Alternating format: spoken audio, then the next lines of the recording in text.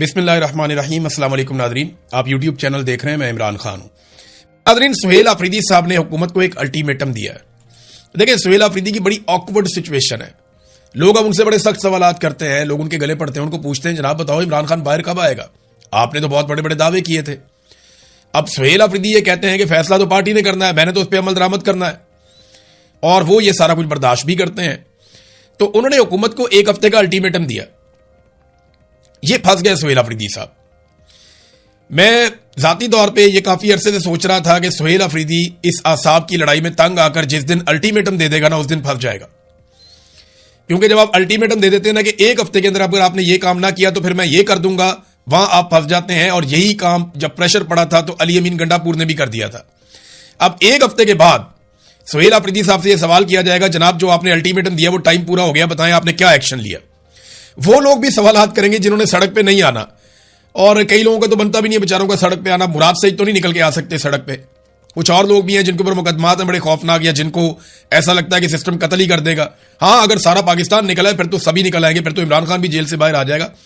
बहरहाल सुहेल अफरीदी ने एहतजाजी धरना खत्म करते हुए हुकूमत को एक हफ्ते का अल्टीमेटम दिया। इमरान खान साहब की फैमिली की दोबारा मुलाकात नहीं करवाई गई, और उन्होंने कहा कि आज भी इमरान खान साहब से ना फैमिली की मुलाकात करवाई गई, ना पार्लियामेंटेरियंस की, और ना जाती डॉक्टरों को मिलवाया गया। सूबे के चीफ एग्जीक्यूटिव की आमद के बावजूद रुकावटें खड़ी की गई और पार्टी रहनुमाओं के साथ बदतमीजी की गई। वजीर आला ने कहा कि इमरान खान साहब की सेहत खसूसन आंखों के मसले पर शदीद तशवीश है, लेकिन हुकूमत इलाज और अस्पताल मुंतकिली की इजाजत नहीं दे रही। इमरान खान को फौरी तौर पर फैमिली और जाती डॉक्टर्स की निगरानी में अस्पताल मुंतकिल किया जाए। अगर सूरत हाल ना बदली तो आइंदा मंगल को ज्यादा सख्त रवैये के साथ दोबारा अडियाला जेल पहुंचेंगे। देखिए, ज्यादा सख्त रवैया क्या होगा, क्या इसकी इंटेंसिटी बढ़ती जाएगी? एक वक्त आएगा हुकूमत ताकत के बलबूते पर रोकने की कोशिश करेगी, फिर आपको लाखों लोग लेकर आने पड़ेंगे, जो अभी तक हो नहीं पाया। और पिछली मरतबा अली अमीन गंडापुर 2 मरतबा निकल गए वापस लोगों को छोड़कर। सुहेल अफरीदी के लिए यह बहुत मुश्किल होगा कि वो अली अमीन गंडापुर वाला एटीट्यूड अपनाए। इसलिए उनकी यह कोशिश होगी कि उनको ना जाना पड़े और उनके जाए बगैर काम हो जाए। लेकिन अगर उन्हें जाना पड़ गया तो इस मरतबा सूरत हाल कुछ और निकलेगी।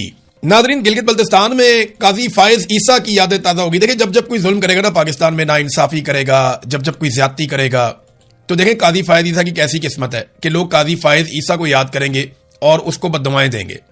कैसी बात है। एक ऐसा मुनसिफ पाकिस्तान में रहा जिसने बेशर्मी और ढिठाई से वो कुछ किया पाकिस्तान के अंदर, ऐसा जुल्म किया पाकिस्तान के अंदर, और इंसानी हकूक की ऐसी ऐसी पामालियों को होने दिया उस मुनसिफ ने पाकिस्तान के अंदर, कि आज उस शख्स को स्याह हरूफ में याद किया जाता है, गंदे अलकाब उसको दिए जाते हैं। वजह क्या है कि इस आदमी ने वो जुल्म और ज्यादती की और ऐसी जानिबदारी दिखाई जो काजी के मनसब के शाया निशान ही नहीं था। हाँ, जजेस करते हैं 2 नंबरियां, थोड़ा इधर उधर कर देते हैं, लेकिन काजी फायज ईसा ने तो कमाल ही कर दिया था।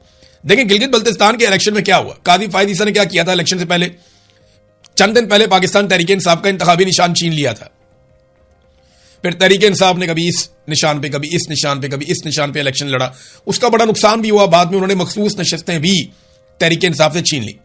अब यही फॉर्मूला लगा दिया गया गिलगित बल्तिस्तान में। हुआ यह कि गिलगित बल्तिस्तान डेमोक्रेटिक पार्टी, ये GBDP, ये एक पॉलिटिकल पार्टी रजिस्टर्ड हुई गिलगित बल्तिस्तान में, और पाकिस्तान तहरीक इंसाफ ने इसके साथ इत्तेहाद कर लिया। इस पॉलिटिकल पार्टी को इलेक्शन कमीशन ने एक इंतखाबी निशान अलॉट किया जो कि पोलो मैन का इंतखाबी निशान था। गिलगित बल्तिस्तान में पोलो का खेल बहुत मकबूल है।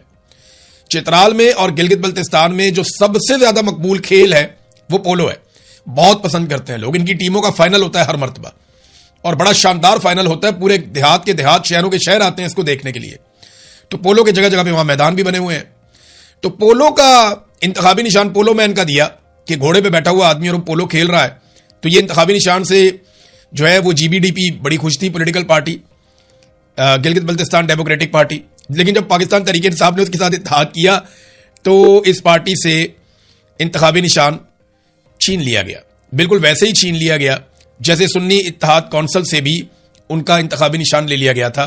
ये मोहम्मद उमैर साहब ने भी रिपोर्ट किया, बहुत सारे और लोगों ने रिपोर्ट किया।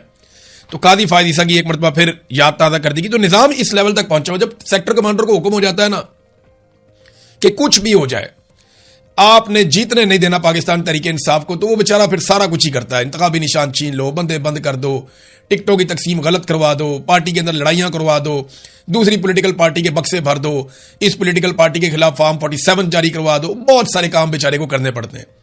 वो सारे गुनाह कर रहा होता है जो हलफ लेते वक्त उसने कहा था कि वो ऐसा कुछ नहीं करेगा।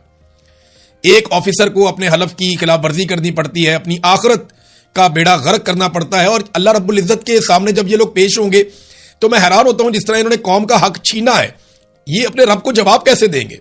और रब इन्हें मौका ही नहीं दे रहा माफी मांगने का। यानी इनकी रस्सी इतनी दराज की हुई है। कभी कभी आप लोग सोचते हैं ना, मुझे लोग मिलते हैं वो ये कहते हैं कि यार अल्लाह ताला इनको पूछता क्यों नहीं है, ये इतना जुल्म कर रहे हैं। तो मेरे दिमाग में एक ही जवाब आता है, वो ये है कि रब इन्हें माफी मांगने का मौका भी नहीं दे रहा। यानी रब इनको टुनका ही नहीं लगा रहा। इनके लिए इनके गुनाह, इनका जुल्म और इनका जबर जो है अल्लाह ताला ने खुशनुमा बना दिया है कि जाओ जाके कर लो जो करना है, और ये करते चले जा रहे हैं। ये समझते हैं कि ये इस्लाह कर रहे हैं, हालांकि ये पाकिस्तान की बर्बादी कर रहे हैं और सबको नजर आ रही है होती हुई। और इन्होंने रब को जाके जवाब देना है, तो इनको तो माफी का मौका भी नहीं मिल रहा। इनकी रस्सी इतनी दराज हुई है नाज़रीन। और रस्सी दराज का यानी आप यहां से अंदाजा करें ना कि ये अपनी तशहीर के लिए कैसे पैसा खर्च करते हैं। ये एक जर्नलिस्ट है और उन्होंने पंजाब से खबर दी है। खबर बड़ी इंटरेस्टिंग है। अनवर सुमरा साहब हैं और इन्होंने खबर दी और खबर में बताया कि मरियम नवाज साहिबा ने कितने अरब रुपए अपनी जाती तशहीर पे टिकटॉक्स बनाने के ऊपर, डिफरेंट सोशल मीडिया के ऊपर खर्च कर दिए। आपने देखा होगा बहुत सारे, एक बात याद रखिएगा, सोशल मीडिया के बहुत सारे इन्फ्लुएंसर ने वो बड़ी खामोशी से हर वीडियो में, 2 वीडियोस के बाद कहीं ना कहीं पंजाब हुकूमत की, मरियम नवाज की तारीफ करके चुप करके नीवे नीवे होकर निकल जाते हैं और नोटिस नहीं हो रहे। लेकिन वो बारीक वारदात लगातार डालते चले जा रहे हैं। कभी उन्हें पंजाब गवर्नमेंट के किसी प्रोजेक्ट पे पहुंचा दिया जाता है, उसकी तारीफें करते निकल जाते हैं। कभी उन्हें मरियम नवाज की गुजरते गुजरते कहीं पे कोई एक तारीफ कर देते हैं, निकल जाते हैं। कभी बाजार में जाते जाते कोई चीज उनको दिखाई जाती है। ये सब प्लानिंग के तहत हो रहा है और इसके लिए पैसा खर्च किया जा रहा है। पहले साल मरियम नवाज ने जो पैसा खर्च किया वो 7 अरब रुपया सरकारी, यानी आपका और मेरा 7 अरब रुपया मरियम नवाज ने खर्च कर दिया। और इसमें से ज्यादातर पैसा अपने चहीतों को दिया गया, ऐसी कंपनियों को जो उनके चहीतों की हैं। और ये सोशल मीडिया पे मरियम नवाज की, टिकटॉक पे, इधर उधर ये सारी तारीफें करने पे पैसा लगाया गया। और ये जो सोशल मीडिया के इन्फ्लुएंसर जो यूट्यूब के ऊपर या ये टिकटॉक के ऊपर इधर उधर वीडियोस बनाते हैं, ये बारीक वारदात डाल रहे हैं। आप याद रखिएगा, जब भी आप किसी को देखें ना कि वो मरियम नवाज की तारीफ कर रहा है, बनती नहीं है। पंजाब में जाके आप फिर के देख लें, उन्होंने बेड़ा गर्क कर दिया हर शोबे का। तो ये जो कोई तारीफ करता हो आपको दिखाई देना बिला वजह पंजाब हुकूमत की गुड्डी उठा रहा हो, तो आप समझ लें कि इसने पैसा पकड़ा हुआ है। तो जनाब 7 अरब रुपया पहले साल में इन्होंने लगा दिया। दूसरे साल में इन्होंने अभी तक जो पैसा लगा दिया है 6 अरब 40 करोड़ रुपया लगा चुके हैं मरियम नवाज की और उनके वालिद साहब की तशहीर के ऊपर। और 4 अरब रुपए इन्होंने कहा जी मजीद हमने लगाने हैं। आप ये सारा पैसा इकट्ठा कुट्ठा करें ना तो ये लगभग 16 अरब रुपए के आपको अभी तक पड़ गए। 16 अरब रुपए के ये आपको अभी तक पड़ गए हैं। मरियम नवाज की जाती तशहीर पे इतना पैसा खर्च कर दिया गया है। और अब तीसरे माली साल के लिए इन्होंने जो पैसा मांगा वो पता कितना है? वो 12 अरब रुपया इन्होंने कौम से मांग लिया है। अगर आप सालाना जो है वो 10 भी लगाए ना, 9-10 भी आप लगाएं, तो 40 से 50 अरब रुपया मरियम नवाज 5 साल में, और आखिरी साल में ये दुगना पैसा खर्च करेंगे। तो 50 अरब रुपए से जायद ये अपनी जाती तशहीर पे वो पैसा लगा देगी जो कौम का पैसा है। और थोड़े दिन पहले आपने सुना था, मैं तनख्वाह नहीं लेती मगर प्रेशर लेती हूं, मैं तनख्वाह नहीं लेती मगर जहाज लेती हूं, मैं तनख्वाह नहीं लेती मगर प्रोटोकॉल लेती हूं, मैं तनख्वाह नहीं लेती लेकिन अपनी बेटी को, अपने दामाद को, अपने रिश्तेदारों को, उसकी सहेली को, मैं उन सारों को लेकर जहाज में बिठाकर बैरून मुल्क के दौरे लेती हूं, झूले लेती हूं, मैं उनको भी लेकर देती हूं। और कौम का 50 अरब रुपया मैं खर्च करने का मंसूबा बनाती हूं कि मेरी जाती तशहीर के ऊपर कौम का पैसा लग जाए। तो यह है नादरीन इस सूबे की सूरत हाल, जहां पे 60% लोगों के पास पीने का साफ पानी नहीं है। ये वो सूबा है जहां पे 1 करोड़ से ज्यादा बच्चे जो है वो स्कूलों से बाहर है, और बेशुमार चीजें हैं इस सूबे के अंदर। तालीम जो है उसका क्या इन्होंने हाल कर दिया, पकड़ के प्राइवेटाइज करते जा रहे हैं। अस्पतालों का इन्होंने क्या हाल कर दिया, उनको प्राइवेटाइज करते जा रहे हैं।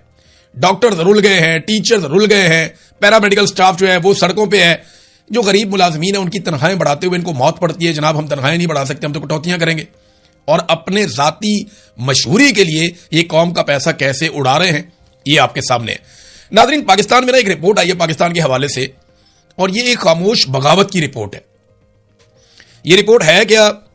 ये एक क्रिस मेडर, ये एक शख्सियत है और एक तज्जियाकार है, और ये एक्सपर्ट है फ्यूचर के हवाले से जो प्लानिंग हो रही है उसको आइडेंटिफाई करके उसके ऊपर अपना ओपिनियन देने में। और इनकी एक्सपर्टी है बरकी इंफ्रास्ट्रक्चर में, यानी जो जितना भी इलेक्ट्रिक सिस्टम दुनिया के अंदर कन्वर्जन आ रही है ना, कि आप फ्यूल को छोड़ के, बाकी चीज़ों को छोड़ के आप इलेक्ट्रिसिटी की तरफ कन्वर्ट हो रहे हैं। बहुत सारी चीज़ें जो है वो बिजली के ऊपर मुंतकिल हो जाएंगी। बिजली बनाने के नए तरीक़ेकार क्या होंगे, दुनिया में कौन सी नई बैटरीज किस तरीके से, वो सारा हर वक्त इनका काम यही है और इनको बहुत बड़ा एक्सपर्ट माना जाता है। इन्होंने एक मजमून लिखा पाकिस्तान और शाम के बारे में, और पाकिस्तान के बारे में इन्होंने हैरान कुन इंकशाफात कर दिए कि पाकिस्तान के अंदर अवाम हुकूमत के खिलाफ एक बड़ी खामोश बगावत कर रही है और हुकूमत को इस बात की समझ नहीं आ रही। उन्होंने कहा जी कि ये एक डिसेंट्रलाइज्ड सोलर सिस्टम एक पाकिस्तान में लग रहा है, यानी एक ऐसा सोलर सिस्टम पाकिस्तान में लोग लगा रहे हैं जिसका वफाकी हुकूमत या किसी भी हुकूमत के साथ कोई ताल्लुक नहीं है। पाकिस्तान में ये रुझान बहुत तेजी से बढ़ रहा है और इसकी वजह यह है कि हुकूमत लगातार बिजली की कीमतें बढ़ाती चली जा रही है। उन्होंने कहा कि पाकिस्तान में जो आदादोशुमार हुकूमत देती है वो गलत है। 2025 के आखिर तक पाकिस्तान ने मजमूई तौर पर, अब ये डाटा इन्होंने कैसे इकट्ठा किया, क्योंकि ये एक्सपर्ट है, पूरी दुनिया से डाटा मंगाते हैं कि किस किस कंपनी ने कितने कितने सोलर पैनल्स बनाए और किन किन मुमालिक को वो फरोख्त किए गए। तो इस डाटा के मुताबिक ये बताते हैं कि पाकिस्तान में मजमूई तौर पर 51.5 गीगावाट के सोलर पैनल्स दरामद किए गए, मंगवाए गए हैं। 51.5 गीगावाट। 1 मेगावाट जो है ना, यानी 1 गीगावाट के अंदर 1000 मेगावाट होते हैं। 1 गीगावाट में 1000 मेगावाट होते हैं। पाकिस्तान की टोटल बिजली बनाने की जो सलाहियत है, अगर पूरी पाकिस्तान लगा दे, सारे आईपीपी चल जाए, हर चीज फुल टाइम चले, तो लगभग 40 से 43,000 इतना बनता है।